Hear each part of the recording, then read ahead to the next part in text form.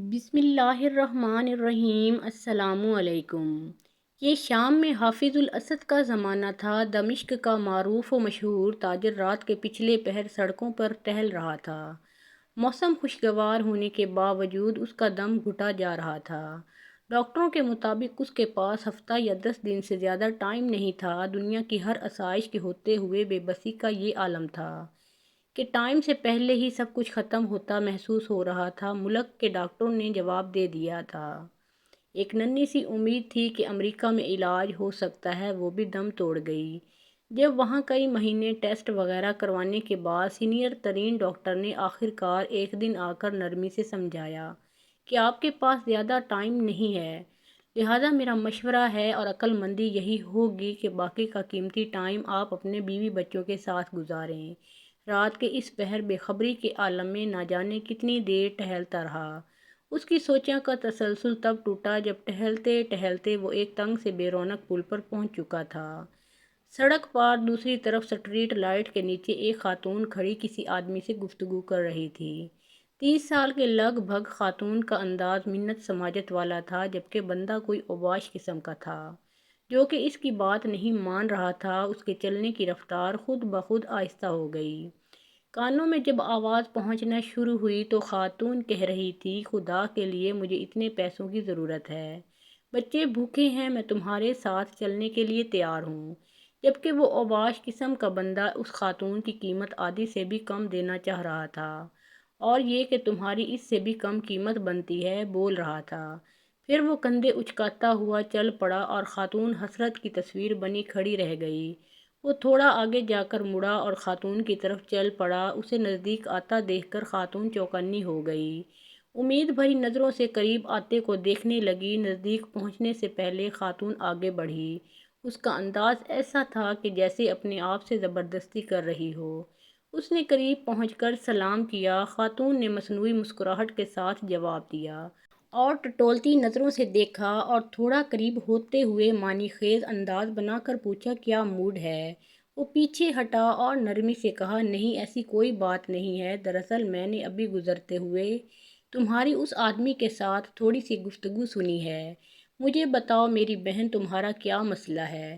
اس طرح پوچھنا تھا کہ خاتون جو کہ مضبوط دکھائی دینے کی کوشش کر ہی رہی تھی یکدم روحان سی ہو گئی اور بولی، بھائی قسم ہے اس ذات کی جو ہماری گفتگو سن رہا ہے، میں اس ٹائپ کی عورت نہیں ہوں جو اس وقت گھر سے نکل کر سڑک پہ کسی کا انتظار کرے، مگر میں بہت مجبوری کے عالم میں اس وقت اس جگہ پہ ہوں۔ اسے لگا کسی نے اس کا دل مٹھی میں لے لیا ہو۔ اس نے مزید نرمی سے کہا، دلوں کا حال تو اللہ ہی جانتا ہے، بہن مجھے بتاؤ کیا بات ہے؟ وہ بولی، میں ایک بیوہ عورت ہوں، میرے چھوٹے چھوٹے بچے ہیں، شوہر کو فوت ہوئے سال ہونے کو ہے۔ شروع میں تو پڑوسی رشتے دار کچھ مدد وغیرہ کر دیتے تھے، پھر آہستہ آہستہ سب نے ہاتھ کھینچ لیا۔ گھر میں راشن نام کی کوئی چیز نہیں ہے، کرایہ دار کا صبر بھی ختم ہو گیا ہے، اس نے کل شام تک کی آخری مہلت دی ہے، اگر کرایہ نہ دیا تو سامان سمیت گھر سے نکال دے گا۔ میرے پاس اب اور کوئی چارہ نہیں رہا سوائے کہ اپنے آپ کو یہ کہتے ہوئے اس کی آواز بیٹھ گئی۔ اس نے بھی جلدی سے دوسری طرف مڑ کر بہانے سے اپنے آنسو صاف کیے، پھر مڑ کر جلدی سے بولا، بس بس ٹھیک ہے بہن کوئی بات نہیں، اور اپنی جیبوں میں ہاتھ ڈالے تو پتہ چلا کہ جیبوں میں جو رقم ہے وہ نہ ہونے کے برابر ہے، کیونکہ جس عالم میں وہ نکلا تھا اسے تو ہوش ہی نہیں تھا۔ اس نے خاتون سے کہا، فی الحال یہ رکھو اور مجھے اپنا ایڈریس بتاؤ، فکر کرنے کی کوئی ضرورت نہیں ہے، اپنے گھر جاؤ، انشاءاللہ سب ٹھیک ہو جائے گا۔ خاتون بے یقینی کے انداز میں اس کی طرف دیکھ رہی تھی، جیسے سوچ رہی ہو کہ اس پہ بھروسہ کرے کہ نہ کرے۔ اس نے پھر سے یقین دہانی کرائی کہ تم جاؤ اور ایڈریس بتا دو بس۔ اس نے آخر کار ایڈریس بتا دیا اور پھر ایک طرف کو چل پڑی۔ تھوڑی دیر تک خاتون کو جاتا دیکھنے کے بعد وہ مڑا اور واپسی کی طرف تیزی سے قدم اٹھانے لگا۔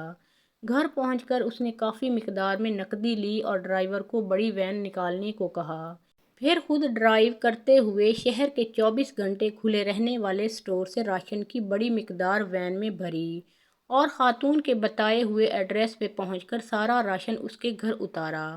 باقی کی رقم خاتون کو دی اور کہا، صبح کرایہ دار سے وہ خود بات کر لے گا اور کرائے کا معاملہ نپٹا دے گا اور انشاءاللہ ہر مہینے مخصوص رقم آپ تک پہنچا دی جائے گی۔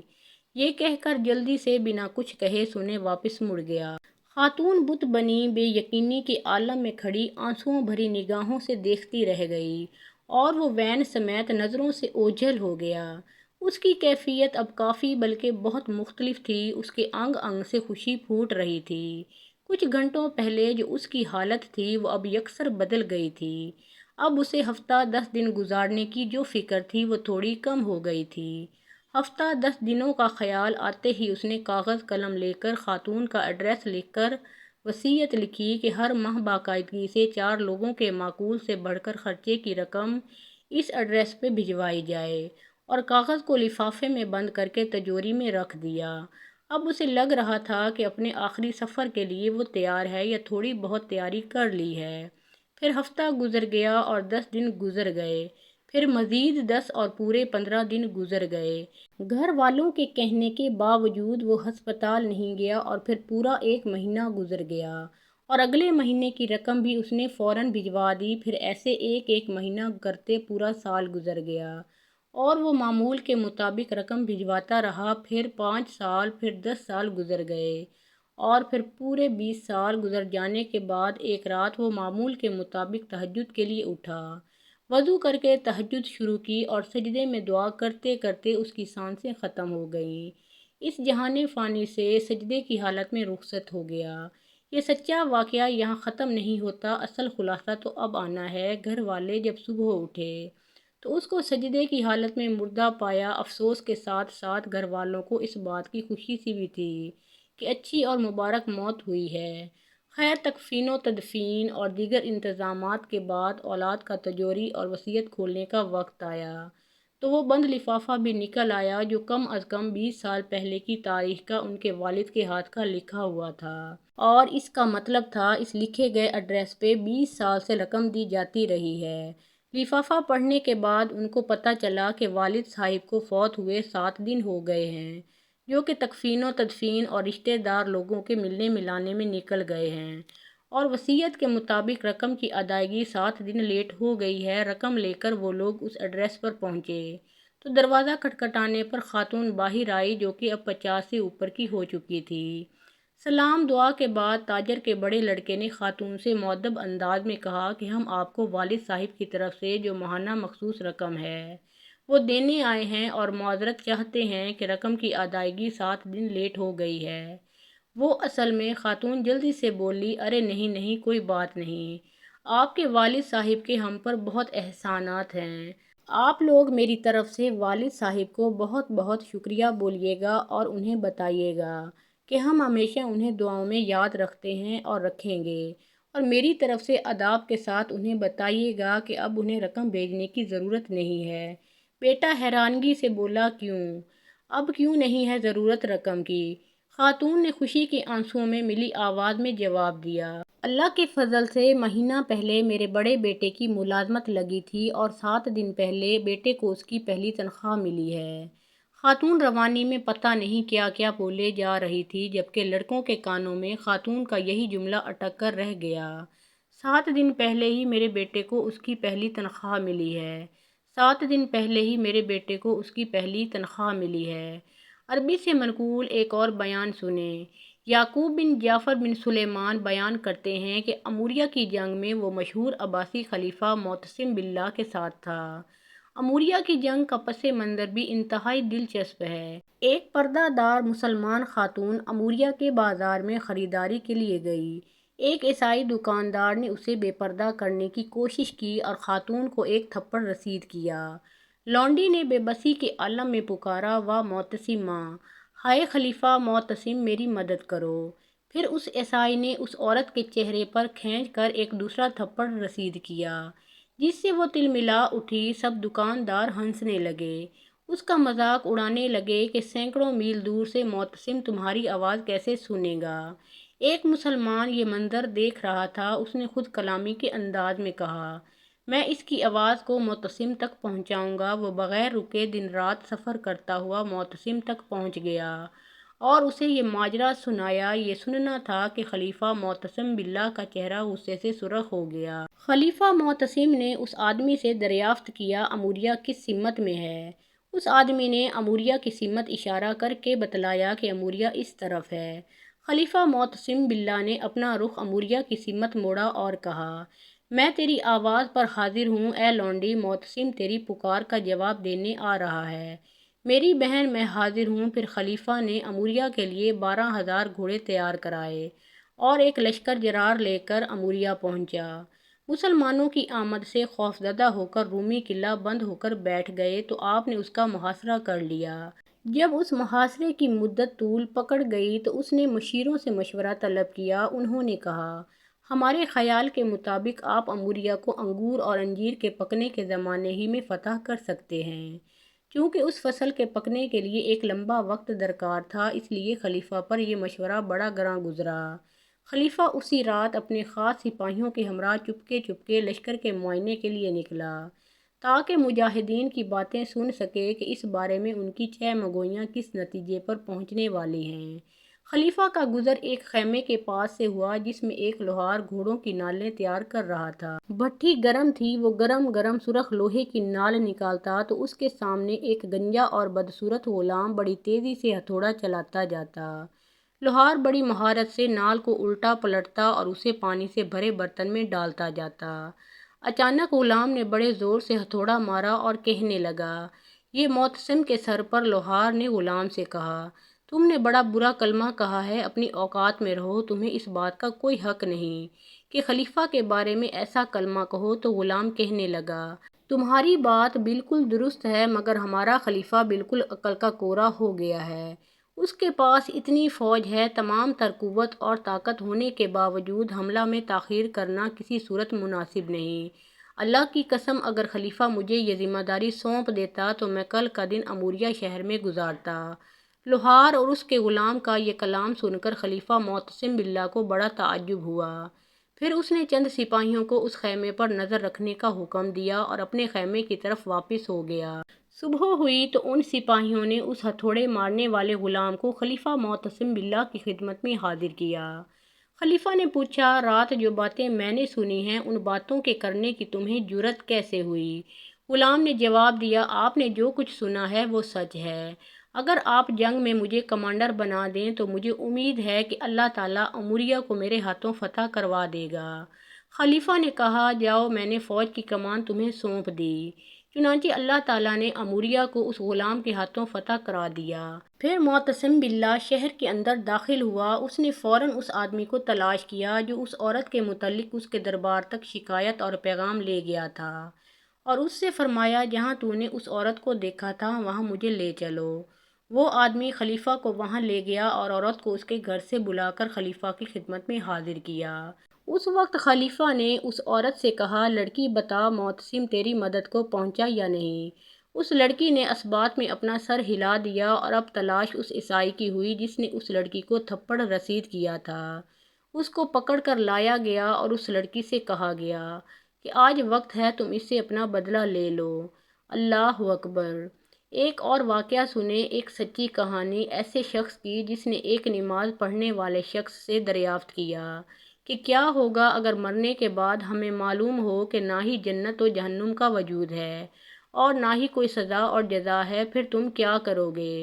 اس کا جو جواب ملا وہ بہت ہی حیران کن اور تعجب خیز ہے۔ یہ سن 2007 کی بات ہے۔ لندن کے ایک عربی ریسٹورینٹ میں ہم لوگ مغرب کی نماز سے تھوڑی دیر پہلے ڈنر کے لیے داخل ہوئے۔ ہم لوگ ہوٹل میں بیٹھے اور ویٹر آرڈر لینے کے لیے آ گیا۔ میں نے مہمانوں سے چند منٹ کے لیے اجازت طلب کی اور پھر واپس آ گیا۔ اتنے میں مہمانوں میں سے ایک شخص نے سوال کیا، ڈاکٹر صاحب آپ کہاں گئے تھے؟ آپ نے تو بڑی تاخیر کر دی، کہاں تھے؟ میں نے کہا، میں معذرت خواہ ہوں اور دراصل میں نماز پڑھ رہا تھا۔ اس نے مسکراتے ہوئے کہا، آپ اب تک نماز پڑھتے ہیں؟ میرے بھائی، آپ تو قدامت پسند ہیں۔ میں نے بھی مسکراتے ہوئے پوچھا، قدامت پسند؟ وہ کیوں؟ کیا اللہ تعالیٰ صرف عربی ممالک میں ہے، لندن میں نہیں ہے؟ اس نے کہا، ڈاکٹر صاحب میں آپ سے کچھ سوالات کرنا چاہتا ہوں اور آپ سے یہ درخواست کرتا ہوں کہ آپ اپنی جس کشادہ ظرفی کے لیے معروف ہیں اسی کشادہ قلبی سے مجھے تھوڑا سا برداشت کریں گے۔ میں نے کہا جی مجھے تو بڑی خوشی ہوگی لیکن میری ایک شرط ہے۔ اس نے کہا جی فرمائیں۔ میں نے کہا اپنے سوالات مکمل کر لینے کے بعد تمہیں ہار یا جیت کا اعتراف کرنا پڑے گا۔ اس نے کہا ٹھیک ہے مجھے منظور ہے۔ تو میں نے کہا چلو آپ سوال فرمائیں۔ اس نے کہا آپ کب سے نماز پڑھ رہے ہیں؟ میں نے کہا 7 سال کی عمر سے میں نے نماز کو سیکھنا شروع کیا اور 9 سال کی عمر میں پختہ کر لیا۔ تب سے اب تک کبھی نماز نہیں چھوڑی اور آئندہ بھی انشاءاللہ نہیں چھوڑوں گا۔ اس نے کہا ٹھیک ہے مرنے کے بعد اگر آپ کو یہ معلوم ہو کہ نہ جنت و جہنم کا وجود ہے اور نہ ہی کوئی سزا و جزا ہے پھر آپ کیا کرو گے؟ میں نے کہا تم سے کیے گئے عہد کے مطابق پوری کشادہ قلبی سے تمہارے سوالات کا آخر تک جواب دوں گا۔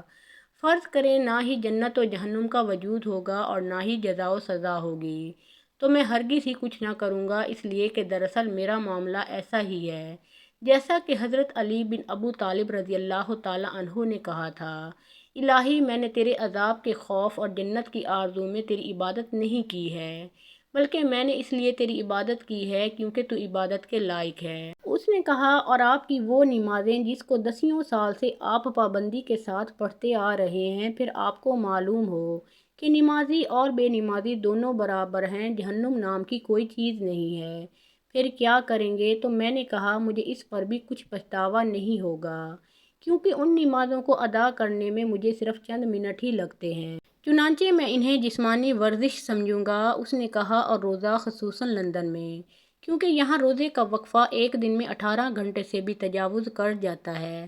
میں نے کہا میں اسے روحانی ورزش سمجھوں گا، چنانچہ وہ میری روح اور نفس کے لیے اعلیٰ طرز کی ورزش ہے۔